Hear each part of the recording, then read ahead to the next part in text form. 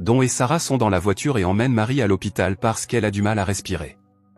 Malheureusement, Marie s'arrête de respirer alors que Sarah la tient dans ses bras. Sarah prend peur et demande à son père de rouler plus vite.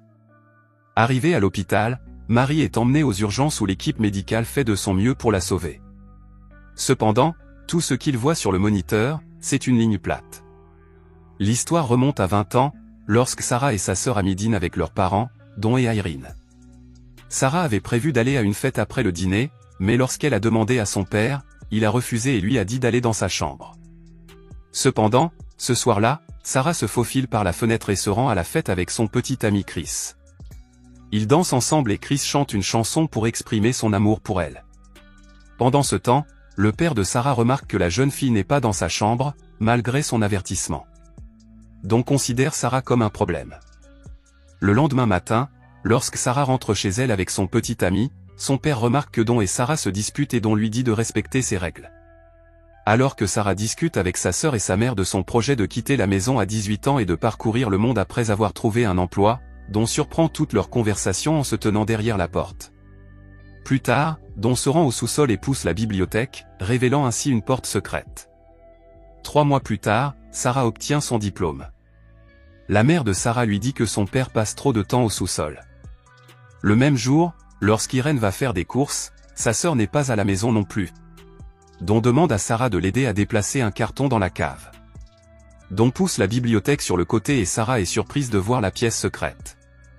Don l'emmène dans la pièce secrète et lorsqu'elle pose des questions sur la pièce, Don lui dit que l'ancien propriétaire avait construit cet abri anti-atomique pendant la guerre. Don enferme Sarah dans la pièce. Sarah crie de panique et essaie d'appeler à l'aide, mais malheureusement personne ne l'entend car l'abri est insonorisé. Sarah essaie d'ouvrir la porte avec le code de sécurité, mais après 3 tentatives infructueuses, les lumières s'éteignent et la ventilation s'arrête, rendant la respiration difficile. Sa mère et sa sœur s'inquiètent pour elle et appellent la police. Incapable de trouver des informations sur elle auprès de ses amis, Don se rend au sous-sol le 4e jour et Sarah tente de s'échapper en le poussant, mais ne parvient pas à ouvrir la 2e porte verrouillée. Don traîne Sarah avec force. Sarah demande à Don pourquoi il lui fait cela, et Don répond que c'est la conséquence de son manque de respect envers elle, et qu'il devra désormais mériter tout ce qu'il aura. Don bat brutalement Sarah et profite également de sa fille. La police arrive chez Sarah pour enquêter. Don informe le policier que sa fille a l'intention de voyager à travers le pays, mais sa mère insiste sur le fait que Sarah ne partirait pas sans dire au revoir, surtout avant son 18e anniversaire. L'agent remplit un avis de disparition et explique qu'il ne peut pas faire grand-chose parce que la jeune fille a 18 ans. Il décide d'attendre Sarah, en espérant qu'elle les contactera. Chris, également inquiet pour Sarah, se rend chez elle. Don ment et dit qu'elle s'est enfuie avec son voisin d'enfance, Steve. Sarah est enfermée depuis 21 jours et c'est le jour de son 18e anniversaire. Don oblige Sarah à porter une robe rouge, lui offre un gâteau d'anniversaire et lui demande ce qu'elle veut. Elle exprime son souhait d'être libérée, mais il lui dit que c'est trop tôt. Elle demande alors un téléviseur et il lui dit qu'elle doit le mériter. Elle demande alors une montre et il accepte en lui demandant de s'approcher. Malheureusement, elle risque fort de subir d'autres attaques. Le 38e jour, elle fabrique une arme à partir d'une boîte de conserve et tente d'attaquer Don, mais elle échoue à nouveau et Don la bête et la harcèle une fois de plus. Le temps passe, près d'1 an s'est écoulé depuis son emprisonnement et elle est enceinte. Elle perd les os et, avec l'aide d'un livre sur la grossesse, elle accouche seule de son premier enfant. Elle appelle le bébé Marie. 4 ans plus tard, Sarah élève sa fille et est à nouveau enceinte. Don obtient une promotion et lui annonce qu'il aura un nouveau bureau. Sarah lui demande s'il peut les libérer, mais il lui répond avec colère et la laisse à l'étage. Il va dîner avec Amy et Irene, qui lui demandent d'engager un détective privé pour retrouver Sarah, mais Don se fâche et refuse. Plus tard, il offre à Sarah un téléviseur comme cadeau de Noël. 7 ans se sont écoulés depuis son emprisonnement. Sarah a donné naissance à un fils nommé Michael et ils vivent tous dans le sous-sol. Leur fille Marie semble malade et Dan lui donne quelques pilules, mais elle demande que Marie ait besoin d'un médecin. Mais Don s'en va. Un soir, pour endormir Marie, Sarah lui raconte l'histoire d'une princesse qui aimait un prince, mais son père lui avait coupé les ailes et l'avait enfermée dehors. Lorsque Marie demande des nouvelles du prince, il lui répond qu'il est peut-être encore à sa recherche. La scène passe à Chris devant la maison de Sarah, où il rencontre Amy. Lorsque Chris pose des questions sur Sarah et Steve, Amy lui dit la vérité, réalisant que Don a menti à Chris. En décrivant la personnalité et le comportement de Don, elle suggère que Don lui a peut-être fait quelque chose. Pour passer le temps, Sarah crée des aventures imaginaires pour jouer avec les enfants à la maison. Amy et Irene reprochent à Don d'avoir menti à Chris. Elle commence à se disputer et Irene se met en colère et part, cassant quelques objets au passage. Pendant ce temps, Don laisse accidentellement les clés sur la chaise. Amy les ramasse et se rend au sous-sol à la recherche d'indices, mais Don la surprend et reprend les clés. Ils se disputent et Amy l'accuse d'être responsable de la disparition de Sarah. Sarah a son troisième enfant, un garçon nommé Thomas. En raison de l'espace limité dans la chambre et de son incapacité à s'occuper d'un autre enfant, elle convainc Don de laisser le bébé sur le pas de la porte avec un mot demandant à la mère de s'occuper de l'enfant. Don laisse le bébé à Irene pour qu'elle le trouve. Irene ne le remarque pas, mais Don découvre une note plus petite que Sarah avait laissée, demandant à la mère d'appeler la police parce qu'elle était coincée dans le sous-sol. Cela conduit Don à tourmenter Sarah une fois de plus. 14 années se sont écoulées dans la cave. Les enfants, Mary et Michael, grandissent et souffrent d'anxiété sociale parce qu'ils ont été enfermés dans la cave toute leur vie. Un jour, voyant que Don s'intéresse à Mary, Sarah demande à Don de la quitter. En guise de punition, Don éteint le ventilateur. S'asseyant dans un coin pour prendre l'air, Mary lui dit qu'elle veut quitter la pièce. Au cours de la conversation, nous apprenons qu'elle n'est pas au courant de la relation entre Don et Sarah. Elle pense que Don est son père et que Sarah doit divorcer après sa libération. Il ne sait pas à quel point la situation dans laquelle il se trouve est horrible. 17 ans se sont écoulés depuis que Sarah était au sous-sol. Thomas a grandi et sa grand-mère pleure sa mère en lui parlant d'elle. Ce jour-là, il pleut à verse dans la cave.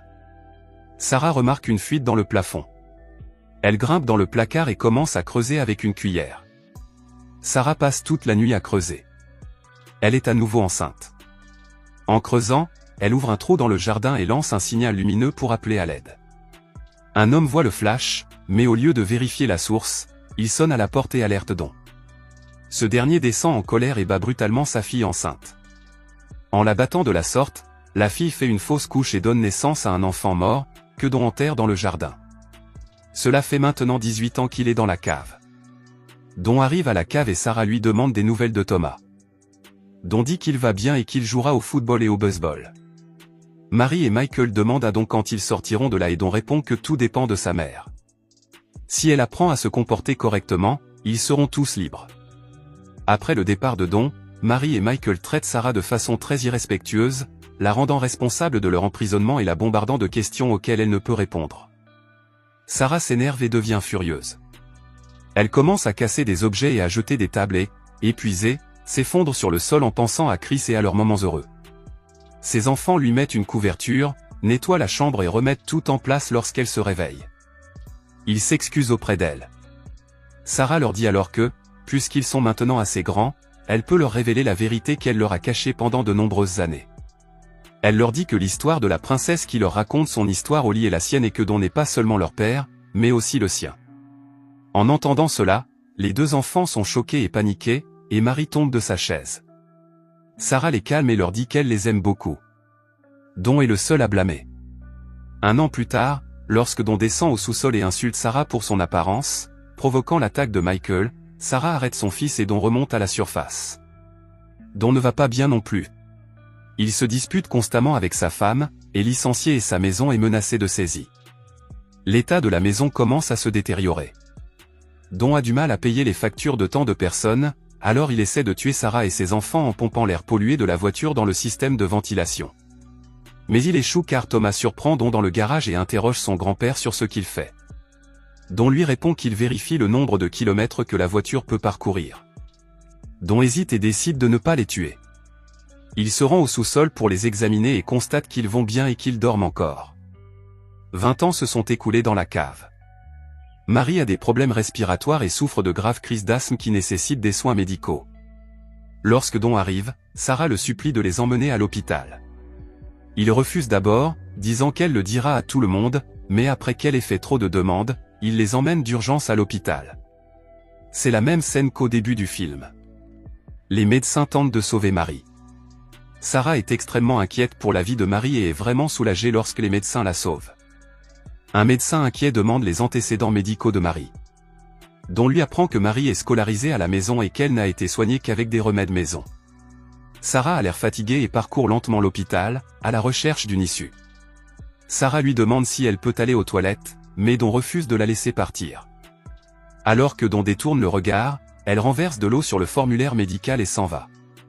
Alors qu'il va en chercher un nouveau, Sarah se tourne vers le médecin et lui demande de l'aide, ce qui a pour effet de faire arrêter Don par les agents de sécurité. Lorsque Marie reprend conscience, Sarah lui annonce que Don a été arrêté et qu'ils sont désormais libres. La police sauve également Michael de la cave de Don et le voit s'essouffler. Irene et Thomas sont tués. Don est emprisonné à vie.